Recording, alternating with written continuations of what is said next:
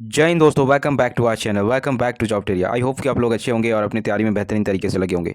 जी हाँ दोस्तों, रिसेंटली जो आपका 1 to 5 यानी इंटरमीडिएट सहायक आचार्य का जो परीक्षा हुआ है, उसमें पेपर थर्ड का जो मैंने एनालिसिस वीडियो आपके समक्ष रखा था, उसमें आप लोग को आइडिया लग ही गया होगा कि जो आपके 75 क्वेश्चन जो आपके सामान्य विज्ञान से पूछे गए थे, और उसमें से सारे मैक्सिमम क्वेश्चन जो है आपका 95% क्वेश्चन जो है आपके वर्ल्ड हिस्ट्री से पूछे गए हैं।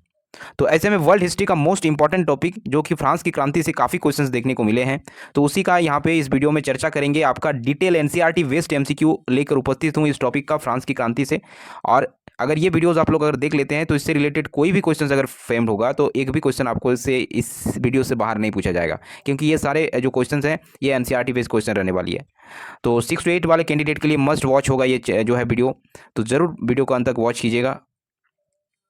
चलिए, फ्रांस की क्रांति, यहाँ पे देख सकते हैं फ्रांस की क्रांति का एमसीक्यू है। यहाँ पे देख सकते हैं फर्स्ट क्वेश्चन देखिए, यहाँ पे है आपका बास्तिल के बारे में निम्न में से कौन सा कथन सत्य है। तो बास्तिल के बारे में निम्न में से कौन सा कथन सत्य है, तो ये एक फ्रांस में किले की जेल थी। आमतौर पर लोग बास्तिल से घृणा करते थे। यह सम्राट की निरंकुश शक्ति का प्रतीक था। तो ये सारी चीज़ें जो है सही है। बास्तिल का मतलब ये तीनों चीज़ें होता है, यानी उपरोक्त में से सभी आपका करेक्ट आंसर हो जाएगा। नेक्स्ट है, फ्रांस की क्रांति कब हुई। तो फ्रांस की क्रांति जो दोस्तों हुई थी वो आपकी वो तो हुआ था आपका 1700 जो है 89 ईस्वी में, यानी 1789 ईस्वी में जो है फ्रांस की क्रांति होती हुई थी। नेक्स्ट क्वेश्चन, क्रांति 1700 जो है 89 यानी आपका जो है 1789 के सांच फ्रांस के कितना विदेशी ऋण था। तो उस समय विदेशी ऋण अगर देखा जाए तो 12 अरब लिब्रो जो था ये ऋण था इतना। लुईस लुई जो है आपका यहाँ पे 16 किस राजवंश से संबंध था। तो इनका जो है संबंध था बुर्बो राजवंश से। बुर्बो राजवंश से इनका संबंध था। राष्ट्रीय सभा बुलाने का उद्देश्य क्या था। तो राष्ट्रीय सभा बुलाने का उद्देश्य था कर लगाना। ऑप्शन बी करेक्ट हो जाएगा। फ्रांसीसी क्रांति के समय फ्रांस पर किसका शासन था। तो उस समय जो था किसका शासन था, तो उस समय था आपका लुई 16वां का जो है वहाँ पे शासन था। राजा से झगड़े के बाद राष्ट्रीय सभा किस स्थान पर एकत्रित हुई। तो ये झगड़े के बाद जो है स्थानांतरित हो जाती है टेनिस कोर्ट में। सी आपका करेक्ट हो जाएगा। नेक्स्ट क्वेश्चन, लुई 16वां फ्रांस की राजगद्दी पर कब आसीन हुआ, मतलब कब बैठा। तो 1774 को जो है ये राजगद्दी में बैठे। एस्टेट से क्या अभिप्राय है। एस्टेट्स का मतलब क्या है, अर्थ क्या है। तो एस्टेट का मतलब है फ्रांस का सामाजिक वर्ग का विभाजन। ध्यान रखिएगा, वेरी इंपॉर्टेंट है। फ्रांस में मानव एवं नागरिक अधिकारों की घोषणा किसने की। तो इसकी घोषणा जो की गई थी आपका राष्ट्रीय महासभा के द्वारा की गई थी। निम्नलिखित में से कौन 18वीं सदी में फ्रांसीसी समाज के वर्ग नहीं थे। तो नहीं कौन से वर्ग समूह में नहीं थे 18वीं सदी के, तो ये आपका था सम्राट। बास्तिल का पतन कब हुआ। तो बास्तिल का पतन हो जाता है 15 जुलाई 1789 को इसका पतन हो जाता है। द्वितीय एस्टेट में कौन लोग शामिल थे। तो द्वितीय एस्टेट में जो थे आपका कुलीन वर्ग शामिल थे। पेरिस तथा देश के देहाती क्षेत्रों में अधिकांश लोग संघर्ष क्यों कर रहे थे। तो वो संघर्ष करने के पीछे का कारण था आपका वे लोग पाव रोटी की महंगी कीमतों का विरोध कर रहे थे। बास्तिल का किला किस बात का प्रतीक था। तो बास्तिल का किला जो था निरंकुश शक्तियों का प्रतीक था। तृतीय स्टेट में इनमें से कौन सा वर्ग शामिल नहीं था। तो ये आपका कुलीन वर्ग शामिल नहीं था। फ्रांसीसी क्रांति का आरंभ किस ऐतिहासिक घटना से माना जाता है। तो ये आपका बास्तिल के पतन से माना जाता है। 18वीं सदी में फ्रांस में किसानों से कौन से कार्य नहीं करवाए जाते थे। तो उनसे जो है स्कूली शिक्षण के रूप में सेवा करना ये नहीं करवाए जाते थे। राष्ट्रीय सभा ने संविधान तैयार किया। तो कब सब जो है तैयार किया, तो 1791 ईस्वी में, यानी 1791 को जो है तैयार किया। पादरी किस एस्टेट के अंतर्गत शामिल था। तो ये प्रथम एस्टेट के अंतर्गत शामिल था। फ्रांस के किन एस्टेटों को करों से छूट प्राप्त थी। तो वो थी आपके प्रथम और द्वितीय एस्टेट दोनों को। सी करेक्ट हो जाएगा। 10 अगस्त 1792 से लेकर 20 सितंबर 1792 तक फ्रांस का शासन किसके हाथ में रहा। तो ये आपके रहा था आपका पेरिस कैम्यूल के हाथ में रहा था। ऑप्शन डी करेक्ट हो जाएगा। फ्रांसीसी समाज में कितने प्रतिशत जनसंख्या किसानों की थी। तो ये आपकी थी 90%। कितने 90% थी। 18वीं सदी में फ्रांस में कितने किसानों ने निम्न में से कौन से प्रत्यक्ष कर वसूले जाते थे? तो उस समय वसूले जाते थे, टाइल वसूले जाते थे।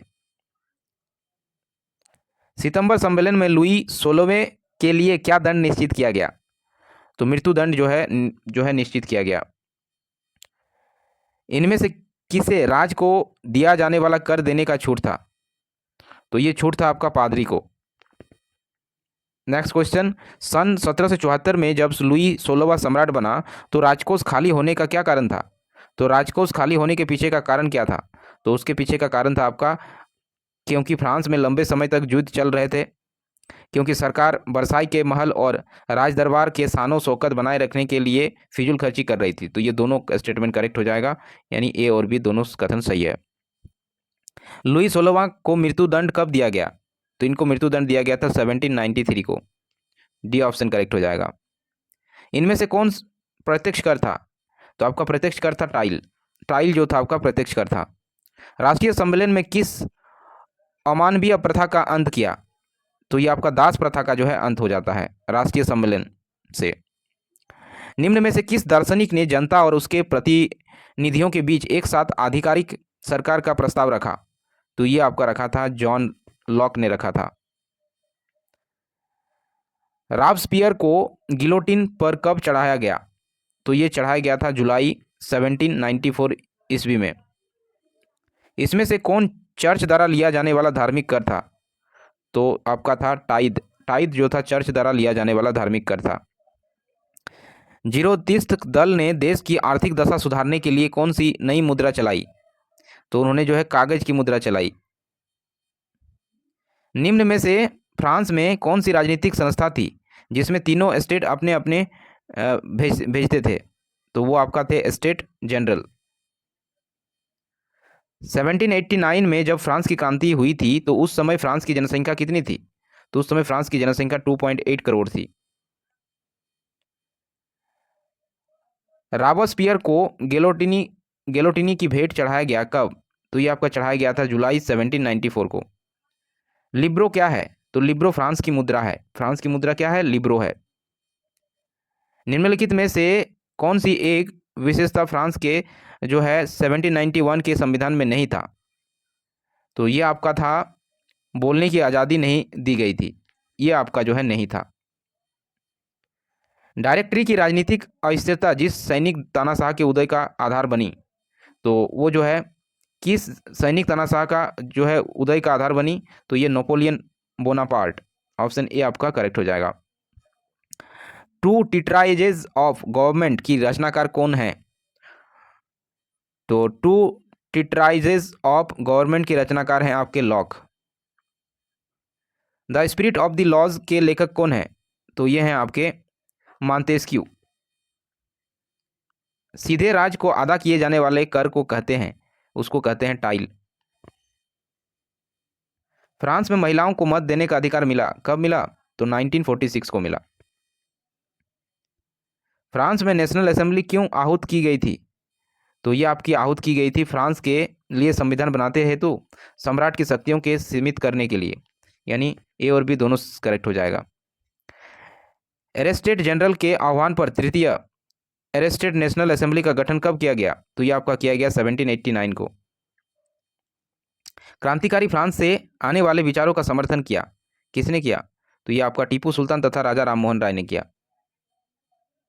नेशनल असेंबली ने कब करों, कर्तव्यों और बंधनों वाली सामंती व्यवस्था के उल्लंघन का आदेश पारित किया? तो ये आपका किया था सन 1789 को। टाइट का अर्थ क्या होता है? तो टाइट का अर्थ होता है, क्या होता है? सामान्य कर होता है, उत्पाद होता है, उत्पाद कर होता है, धार्मिक कर होता है, या इसमें से कोई नहीं? तो इनमें से कोई नहीं हो जाएगा। चर्च के विशेष कार्यों को करने वाले व्यक्तियों के समूह को कहा जाता है, क्या कहा जाता है? पादरी वर्ग कहा जाता है। 1774 ईस्वी में फ्रांस की राजगद्दी पर कौन आसीन हुआ था? तो ये आपका हुआ था लुई 16। सम्राट के शक्तियों पर अंकुश लगाने और सभी मनुष्य को मूलभूत अधिकार प्राप्त करने के लिए फ्रांस में संविधान कब बना? तो ये आपका बना था 1791 को। फ्रांस का सबसे सफलतम क्रांतिकारी राजनीतिक क्लब कौन सा था? तो वो था आपका जैकोबिन। नेक्स्ट क्वेश्चन, फ्रांसीसी क्रांति किस शहर में शुरुआत हुई थी? तो फ्रांसीसी क्रांति जो है पेरिस शहर से शुरुआत में हुई थी। फ्रांस गणतंत्र कब बना? तो फ्रांस 1792 को गणतंत्र बना, 1792। किस आरोप में लुई 16 की मौत की सजा सुनाई गई थी? तो उनका आरोप था राजद्रोह का। नेपोलियन बोनापार्ट कौन था? तो नेपोलियन बोनापार्ट फ्रांस का सम्राट था। नेपोलियन फ्रांस का सम्राट कब बना? तो नेपोलियन फ्रांस का जो है सम्राट बनता है, कब बनता है? तो यह बनता है 1804 ईस्वी में। कौन लोग जैकोबिन क्लब के सदस्य नहीं थे, यानी कौन से जो है सदस्य नहीं थे? तो ये आपके थे कारीगर जो थे, सदस्य नहीं थे।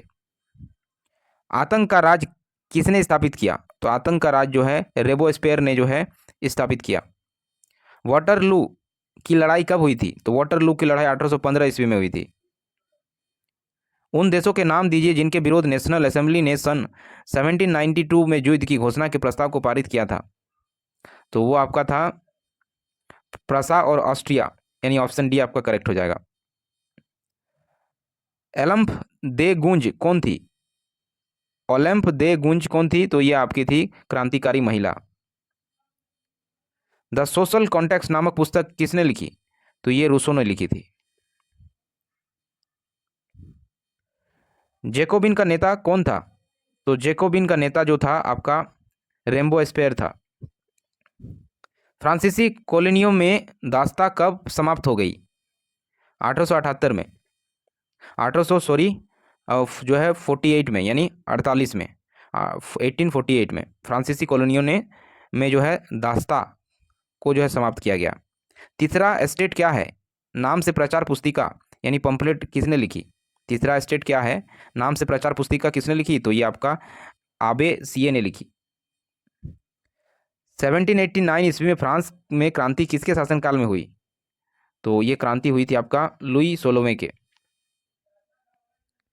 फ्रांस में कितने राजतंत्र का अंत करके उसे एक गणतंत्र घोषित कर दिया था? तो ये आपका कन्वेंशन ने किया था। मैनर क्या था? तो मैनर आपका एक स्टेट था। क्या था? स्टेट था। Thanks for watching.